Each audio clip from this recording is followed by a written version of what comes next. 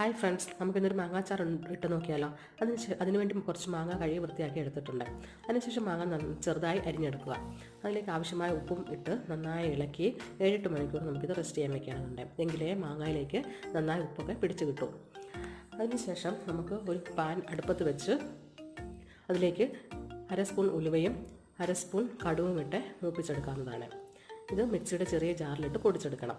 അതിനുശേഷം ഈ മാങ്ങാക്കൂട്ടിലേക്ക് 1/4 സ്പൂൺ മഞ്ഞൾപ്പൊടി, 2 സ്പൂൺ മുളക് പൊടി, പിന്നെ ഈ അരച്ച് വെച്ചിരിക്കുന്ന ഉലുവ കടുക് മിശ്രിതവും കൂടി ഇട്ട് കറിവേപ്പിലയും കൂടി ഇടുക.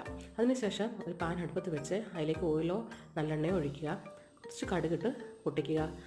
വെളുത്തുള്ളി ഇഞ്ചി അതിലേക്കിട്ട് മൂപ്പിച്ച് അതും കൂടി ഈ മാങ്ങയിലേക്ക് ഒഴിച്ചു ആവശ്യത്തിന് കായം കൂടി ഇട്ട് ഇളക്കി നമുക്ക് റെഡിയാക്കാവുന്നതാണ്. മാങ്ങാ അച്ചാർ ഇപ്പോൾ നന്നായി റെഡി ആയിട്ടുണ്ട്. ഇതെല്ലാവരും ഒന്ന് ട്രൈ ചെയ്യണേ.